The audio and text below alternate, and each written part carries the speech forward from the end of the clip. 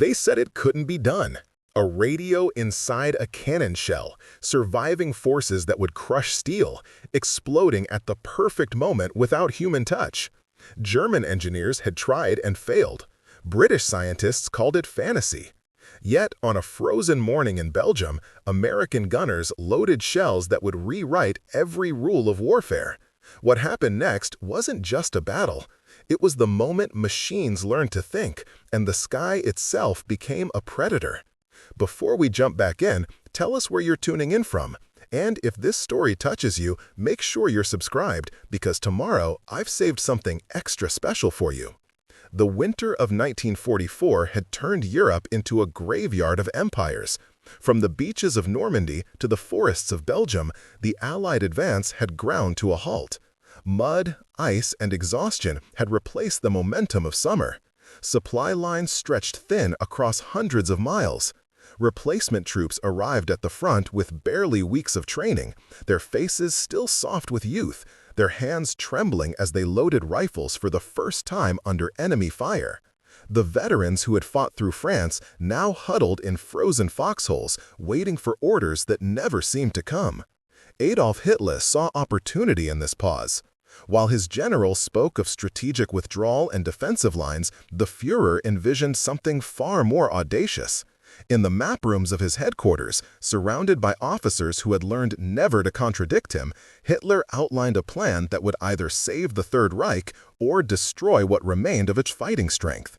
He would gather every available division, every tank that could still move, every artillery piece that hadn't been melted down for scrap.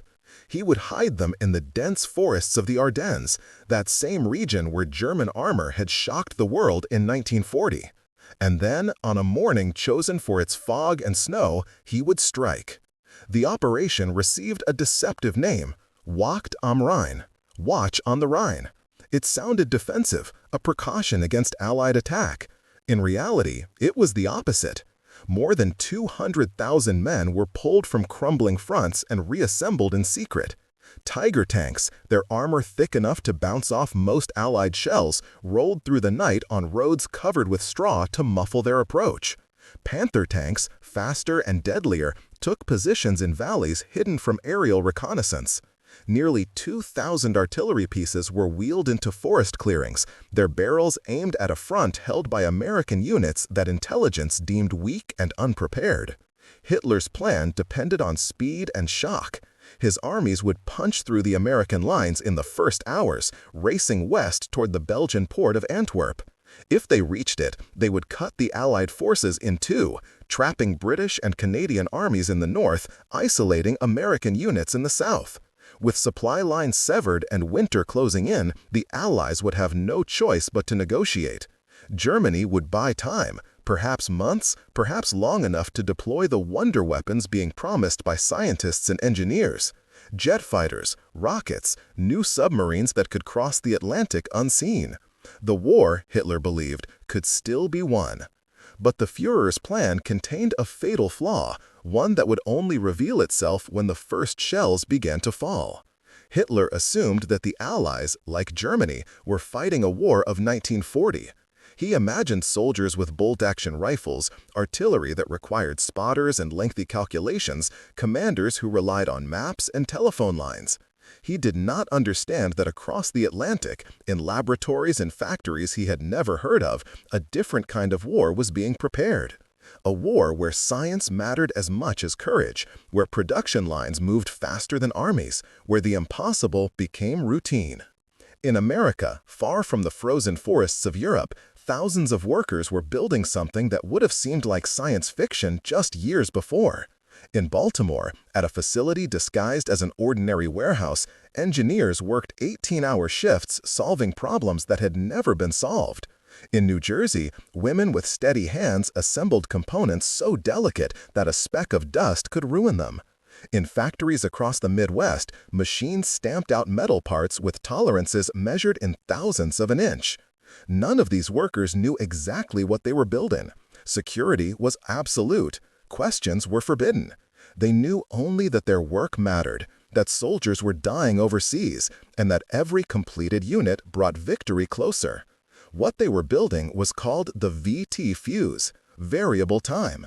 The name itself was a deception, chosen to mislead enemy spies. There was nothing variable about the timing.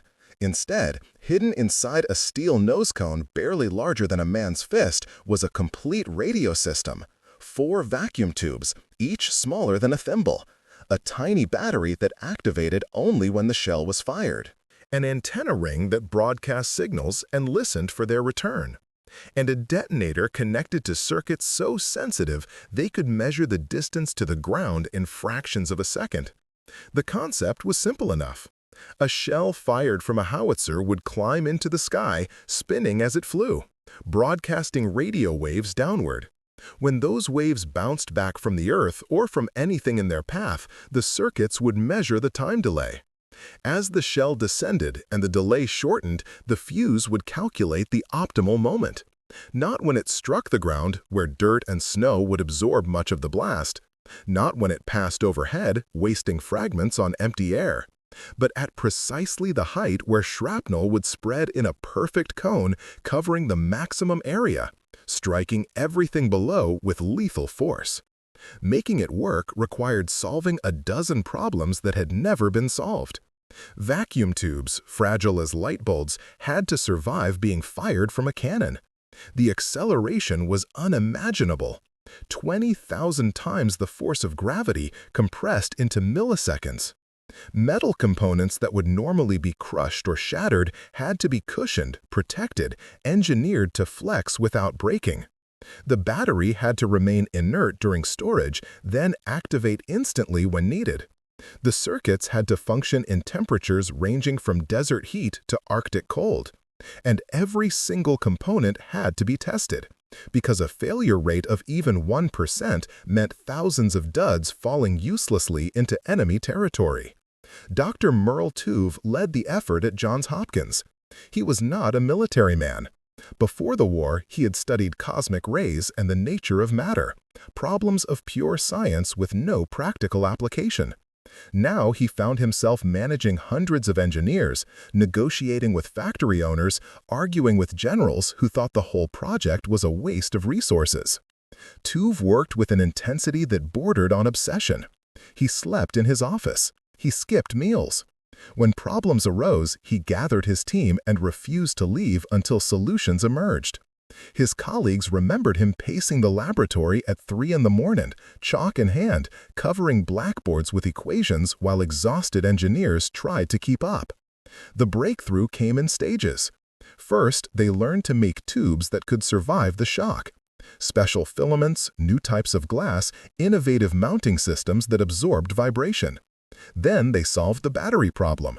Small glass ampules filled with electrolyte designed to shatter when the shell was fired, instantly creating electrical current. Next came the circuits themselves, miniaturized beyond anything previously attempted, each connection soldered by hand under magnification. And finally, the testing. Shells were fired at proving grounds, their performance recorded by banks of instruments. Failures were analyzed. Designs were refined, and slowly, painfully, the impossible became possible. By December of 1944, production had reached 40,000 fuses per day. More than 100 companies contributed components. RCA provided tubes. Sylvania manufactured resistors. Crosley Corporation, which had made radios before the war, now stamped out fuse bodies. General Electric wound the tiny coils. In total, more than $1 billion had been spent, second only to the Manhattan Project. The fuses were shipped in sealed containers, handled only by personnel with special clearance, distributed to artillery units with strict instructions. They were not to be fired over enemy territory where duds might be recovered. They were not to be discussed in letters home or mentioned in radio transmissions. The secret had to be kept absolute. Colonel Oscar Alfred Axelson commanded the 406th Artillery Group, positioned in the northern sector of the Ardennes Front. He was 42 years old, a career officer who had spent 20 years learning the mathematics of trajectory and impact. Axelson understood artillery the way a musician understands an instrument. He knew how wind affected flight, how temperature changed powder burn rates, how the rotation of the Earth itself had to be calculated for long-range fire. He had trained his gunners to move fast, to calculate faster, to deliver shells on target with brutal efficiency. In early December, Axelson received a delivery that puzzled him. Wooden crates marked with red stripes and warning labels. Inside, artillery shells that looked ordinary, except for their nose cones, slightly larger than standard, with small fins near the tip. The accompanying orders were clear. These shells were not to be used except in emergency. Preparing and narrating this story took us a lot of time, so if you are enjoying it, subscribe to our channel. It means a lot to us. Now back to the story. They were not to be fired over terrain held by the enemy. If captured, they were to be destroyed immediately. Axelson read the instructions twice, then locked them in his command post safe. He had heard rumors about secret weapons, about projects so classified that even generals didn't know the details. Now he had a crate full of them, sitting in a supply dump, waiting for a crisis that might never come. The crisis arrived at dawn on December 16th. German artillery opened fire along an 85-mile front, 1,600 guns firing simultaneously. The barrage was unlike anything the Americans had experienced since D-Day. Shells fell in waves, each explosion triggering the next, the sound building into a continuous roar that made thought impossible. Communication lines were severed in the first minutes. Command posts disappeared under direct hits. Infantry positions were swallowed by flame and smoke. And then, as suddenly as it began, the barrage stopped. In the silence that followed, American soldiers heard a new sound. Tank engines, hundreds of them. The Germans were coming. Axelson received fragmentary reports from forward observers. Enemy infantry in battalion strength approaching from the northeast. Armor following. American units falling back. The 38th Cavalry Squadron, a small reconnaissance unit, was in danger of being surrounded. Conventional artillery could slow the advance, but stopping it would require more firepower than Axelson had available. He did the mathematics in his head. Standard shells, even perfectly placed, wouldn't be enough. The Germans were moving too fast, in too much strength, with too much determination. He thought about the crates in his supply dump, the shells with the strange nose cones, the orders that said emergency only. Axelson made his decision in seconds. This was the emergency. He called his battery commanders and gave orders that would change the war. Load the special ammunition. Prepare to fire on coordinates he would provide. And do it fast, because men were dying and there was no time for hesitation or doubt. The gunners moved with practiced speed. Propellant charges were loaded. Shells with the red-striped markings were hefted into place. Breech blocks slammed shut. Lanyards were attached.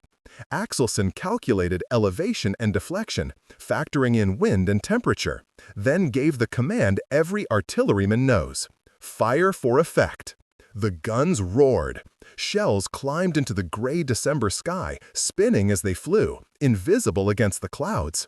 German soldiers advancing through snow-covered fields heard the familiar whistle of incoming fire.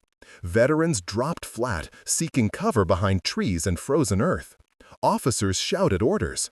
Machine gunners swung their weapons skyward, a useless gesture against artillery, but one born of instinct and desperation. The shells never struck the ground. 30 feet above the field, the first one detonated. Then the second, then a dozen more, erupting in a pattern that covered the German formation like a net made of fire and steel. Fragments sleeted downward at supersonic speed, puncturing helmets, tearing through winter coats, finding flesh and bone with mechanical precision.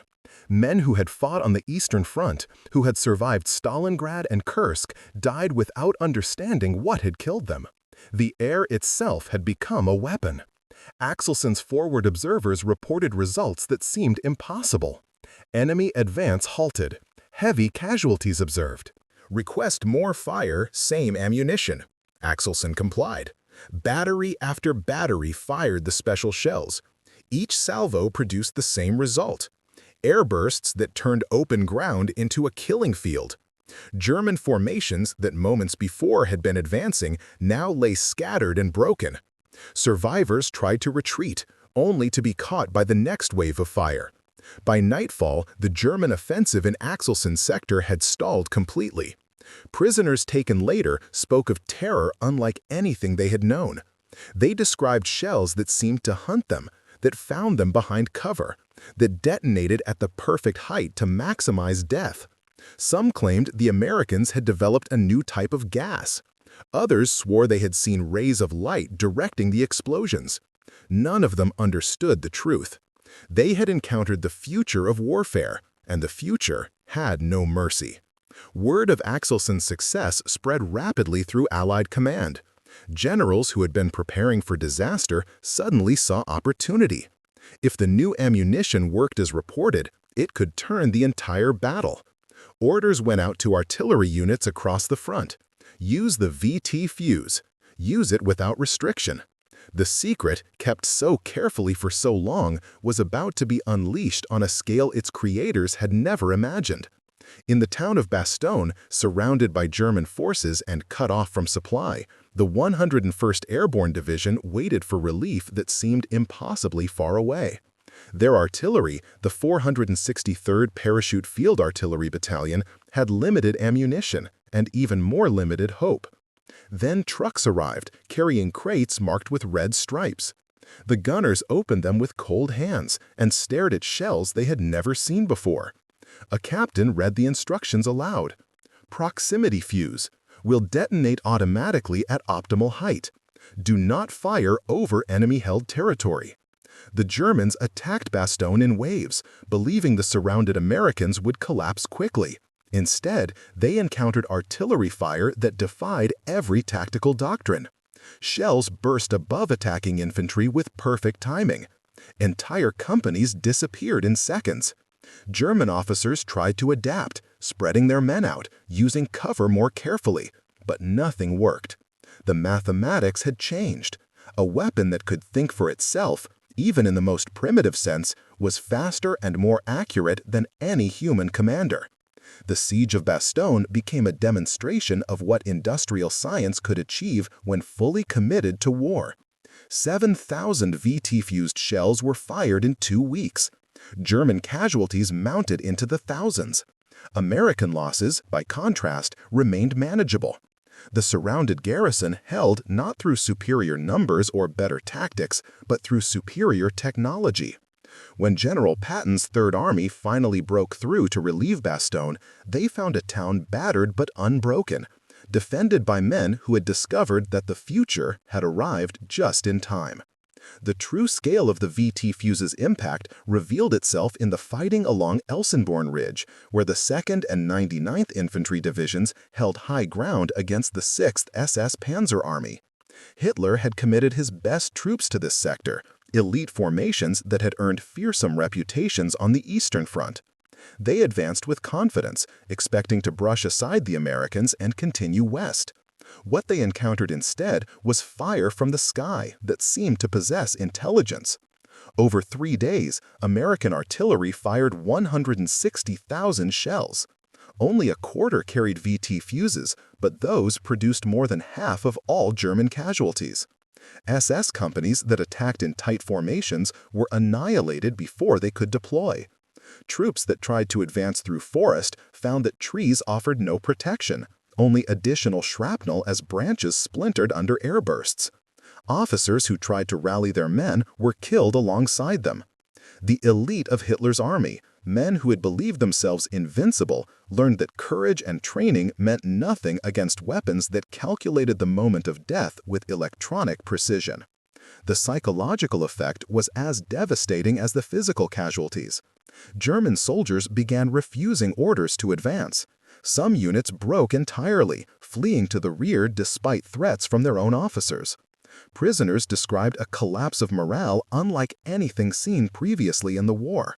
They had faced overwhelming odds before. They had fought under heavy bombardment. But they had never encountered an enemy that seemed to possess supernatural ability to find and kill them regardless of cover or concealment. On Christmas night, the Germans attempted a crossing of the Sauer River, hoping darkness and fog would conceal their movement. American observers detected the advance and called for fire.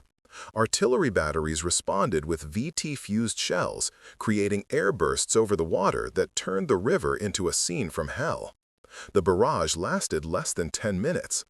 When it ended, American patrols counted 702 German bodies along the banks and floating in the current. An entire battalion had been erased in the time it took to fire a few dozen salvos. General Patton, visiting the site the next day, stood silently for several minutes, then turned to his staff and said simply that he had witnessed the most efficient killing he had ever seen. The air war over the Ardennes took an unexpected turn on January 1, 1945, when the Luftwaffe launched Operation Bodenplatte, a desperate attempt to destroy Allied air power on the ground. More than 900 German fighters rose at dawn, achieving complete surprise. Allied airfields erupted in flames as Messerschmitts and Focke-Wulfs strafed parked aircraft. For the first hour, it seemed that Germany had achieved a stunning victory. Then the pilots turned for home, and they discovered that the Americans had prepared a reception. Anti-aircraft batteries equipped with VT-fused shells created a curtain of airbursts through which no aircraft could safely fly. German pilots, already exhausted from their dawn raid, found themselves flying through explosions that seemed to track their movements. Planes disintegrated in mid-air. Parachutes blossomed and fell into enemy territory. Of the 277 German aircraft lost that day, 172 were brought down by proximity-fused anti-aircraft fire. The Luftwaffe, already a shadow of its former strength, never recovered from this single day's losses. The Battle of the Bulge continued into January, but its outcome was no longer in doubt. Hitler's gamble had failed. The secret weapon he had not known existed had proven decisive. In post-war interrogations, German field marshals were asked what single factor had most contributed to their defeat in the Ardennes. Von Rundstedt answered without hesitation, the proximity fuse. Von Manteuffel agreed. The artillery, he said, had seemed to possess eyes. They had faced courage before. They had faced superior numbers. But they had never faced weapons that thought for themselves. The story of the VT fuse was more than a tale of battlefield success. It was a demonstration of what a nation could achieve when science, industry, and military necessity aligned perfectly. The same country that had struggled through depression and unemployment a decade before had mobilized resources on a scale never previously attempted. 22 million proximity fuses were manufactured during the war. Each one represented hundreds of hours of labor, dozens of precision components, and quality control measures that rejected any unit with the slightest defect. The human cost of this achievement was equally staggering. Factory workers, many of them women who had never held jobs before the war, worked 12-hour shifts 6 days a week. Engineers solved problems that textbooks said were impossible. Scientists abandoned pure research to focus on weapons development. And soldiers who had trained with conventional artillery suddenly found themselves using weapons that seemed like magic, weapons that killed with an efficiency that was both awesome and terrible. In the Ardennes, where snow slowly covered the scars of battle, the future had arrived ahead of schedule. Warfare would never again be purely a contest of courage and numbers. Technology had become the deciding factor, and the nation that could innovate fastest would win. The proximity fuse was not just a weapon, it was proof that the age of industrial science had come to the battlefield. And that age would favor those who could master complexity, who could transform laboratories into arsenals, who could make the impossible routine. The transformation of American artillery doctrine happened not in planning rooms or training grounds, but in the chaos of actual combat. Within 48 hours of Colonel Axelson's unauthorized decision, every artillery commander in the Ardennes sector was demanding shipments of the special ammunition. Supply officers who had carefully rationed the proximity fuses suddenly found themselves stripping depots clean, loading trucks in the middle of the night, racing shells forward under blackout conditions to batteries that were firing around the clock. Lieutenant Colonel Wesley Thompson commanded the 420th Armored Field Artillery Battalion, a unit that had fought its way across France and into Belgium with conventional shells.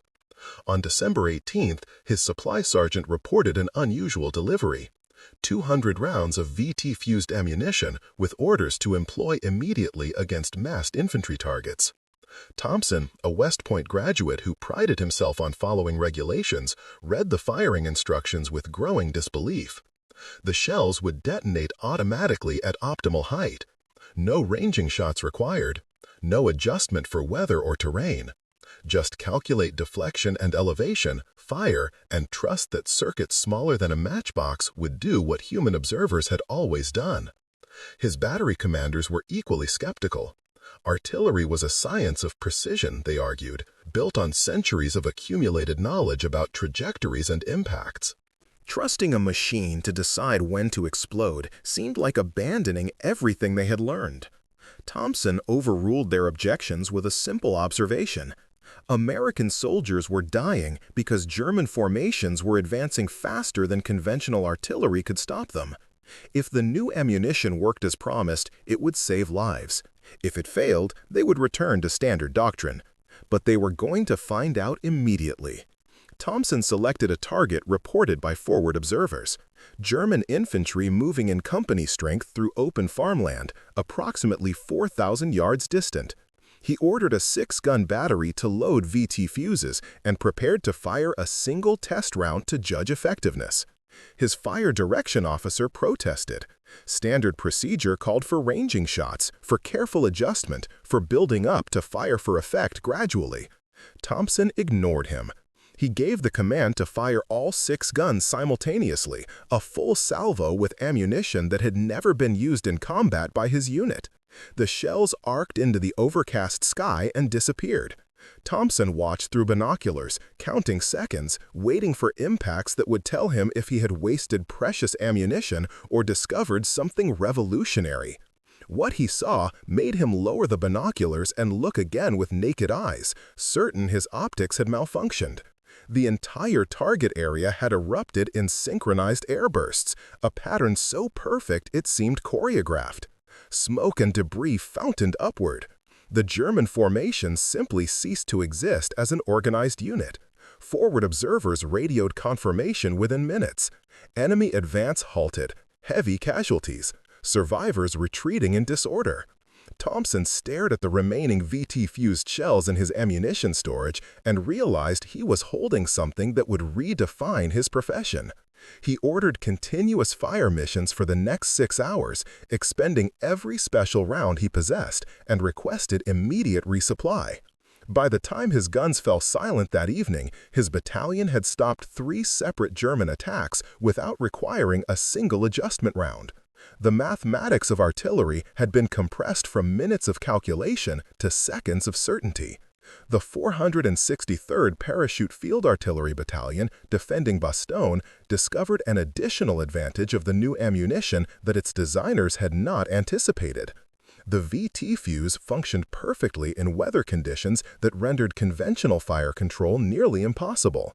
Fog, snow, and darkness had always been artillery's enemies, forcing gunners to rely on estimated coordinates and hope. The proximity fuse eliminated that uncertainty. As long as shells could be fired toward the general area of enemy forces, the fuses would detect the ground and detonate at optimal height regardless of visibility. Major William Devers commanded one of the batteries surrounding Bastogne. On December 23rd, heavy snow reduced visibility to less than 50 yards. Radio contact with forward observers was intermittent. German infantry was reported advancing from the east, but exact locations and strengths were unknown. Devers faced a choice. He could fire blindly with conventional shells, hoping to hit something, or he could use his limited supply of VT ammunition and trust that technology would compensate for the lack of human observation. He chose technology. His gunners loaded and fired based on compass bearings and map coordinates alone, shooting into white opacity with no visual confirmation of targets. The results arrived via radio 30 minutes later. German attack broken up before reaching American lines. Enemy withdrew, leaving approximately 200 casualties scattered across approach routes. Devers realized that the proximity fuse had done more than make artillery more lethal. It had made artillery effective in conditions where it had previously been nearly useless. Weather, the ancient ally of attackers seeking concealment, had lost its protective power. The German response to this new weapon evolved through stages of disbelief, recognition, and ultimately panic. Initial reports from forward units were dismissed by higher command as exaggeration or misidentification. Soldiers claimed shells were exploding in the air, but German doctrine had no category for such weapons. Observers insisted that American artillery had somehow developed guided munitions, a technological impossibility given what German intelligence knew about Allied capabilities. Staff officers attributed the reports to battle fatigue or poor training among replacement troops unaccustomed to heavy bombardment. Oberst Heinrich Becker commanded a regiment of the 326th Volksgrenadier Division, the formation that had first encountered VT-fused fire on December 16th. As a veteran of the Eastern Front, Becker had experienced Soviet artillery barrages of extraordinary intensity. He knew what concentrated fire could achieve. But what his men described from the Ardennes made no sense within his framework of experience. They spoke of shells that waited to explode, that measured their distance from the ground, that created blast patterns impossible with conventional fuses. Becker dismissed these accounts until he witnessed the phenomenon personally on December 19th. His regiment was ordered to attack an American position near a small village, advancing through forest that should have provided protection from artillery. The attack began at dawn. Within 10 minutes, his leading companies were pinned down by fire that seemed to come from directly overhead. Trees offered no shelter. Shells burst above the canopy, showering fragments downward with such precision that his men could not advance or retreat without suffering casualties. In 30 minutes, Becker lost more than 300 men without ever engaging the enemy infantry. He pulled back and radioed division headquarters with a report that bordered on insubordination. The Americans possessed a weapon that rendered standard infantry tactics obsolete. Advancing in open terrain meant annihilation. Advancing through forest meant death from above. Clustering for mutual support created concentrated targets. Spreading out reduced combat effectiveness without reducing casualties. Becker requested immediate tactical guidance or permission to refuse further attacks. Division responded by replacing him with an officer more willing to follow orders. The relief commander led another attack the following day and lost twice as many men in half the time. By Christmas, the psychological impact of the VT fuse had spread through German units faster than official communications. Soldiers who had never encountered the weapon knew about it through rumor and fear. Stories circulated of entire battalions vanishing under airbursts, of attacks that dissolved before reaching American lines, of officers who ordered advances and watched their commands destroyed in minutes. The weapon acquired names in whispered conversations: Skyhammer, the invisible killer, death from nowhere. Some soldiers began claiming the shells could track individual men, that they contained guidance systems that hunted targets. Others insisted the Americans had discovered how to control lightning itself. The actual mechanism remained a mystery to German intelligence throughout the battle. Captured shells were examined, but the fuses self-destructed upon impact, leaving only fragments of circuits and shattered glass. German scientists who analyzed the debris concluded that the Americans had somehow miniaturized radar technology to fit inside an artillery shell, but the engineering required seemed impossible given the forces involved. How could vacuum tubes survive 20,000 times gravity? How could circuits function while spinning at 3,000 rotations per minute? The answers eluded them, and by the time they began to understand the principles, the battle was lost. The strategic implications of the VT fuse extended beyond the Ardennes. In the Pacific theater, American forces facing Japanese banzai challenges and kamikaze attacks had struggled with the limitations of conventional anti-aircraft fire. Hitting a diving aircraft with shells that had to explode on contact required either extraordinary luck or overwhelming volume of fire. The proximity fuse changed that equation completely. Suddenly, a single shell could destroy an aircraft if it passed within lethal radius, and lethal radius was measured in tens of feet rather than inches. Naval commanders in the Pacific received their first shipments of VT-fused anti-aircraft ammunition in late 1944. Captain Richard Morton commanded a destroyer on picket duty off the Philippines when his ship came under attack by 4 kamikaze aircraft on December 20th. His 5-inch guns, loaded with proximity fuses, opened fire at maximum range. The first aircraft disintegrated 3,000 yards from the ship, hit by a shell that exploded 10 feet from its wing. The second died at 2,000 yards, the third at 1,500. The fourth aircraft, damaged by near misses, crashed into the sea 200 yards short of its target. Morton's after-action report noted that his gunners had fired 32 rounds and achieved 4 kills, a success rate that would have been impossible with contact-fused ammunition. The implications for the naval war were profound.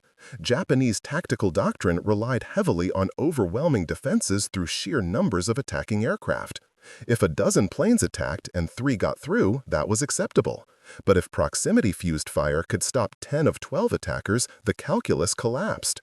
Kamikaze operations became suicide missions with no reasonable chance of success.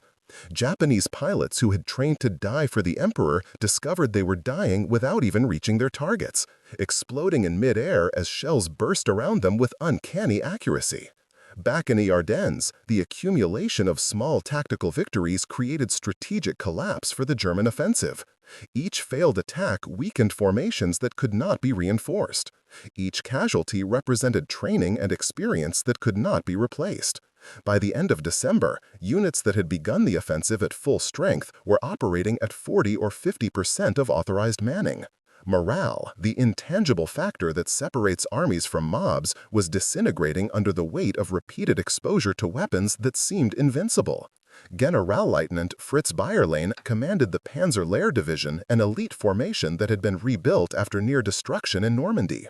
On December 28th, his division attacked American positions near the town of Rochefort, hoping to break through and continue the drive west. The attack failed within hours.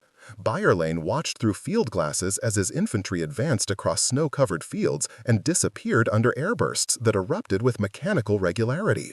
His tank commanders reported that supporting the infantry was impossible. The moment vehicles moved into the open, they became targets for artillery that seemed to know exactly where they were going. Bayerlein pulled his forces back and wrote a report to Army Group Command that was both an analysis and a plea. The Americans, he stated, had developed artillery capabilities that exceeded anything Germany could counter. The combination of massive ammunition stockpiles, excellent fire direction, and this new fuse technology meant that maneuver warfare as Germany practiced it was no longer viable.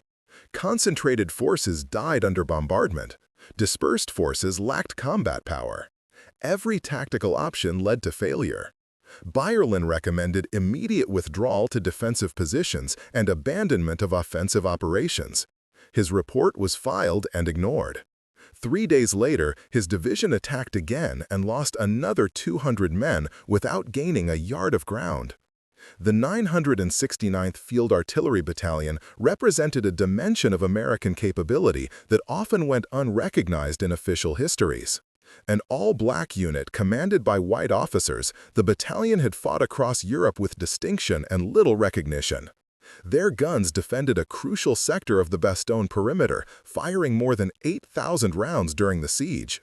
Nearly half of those rounds carried VT fuses, and the battalion's accuracy became legendary among the infantry they supported.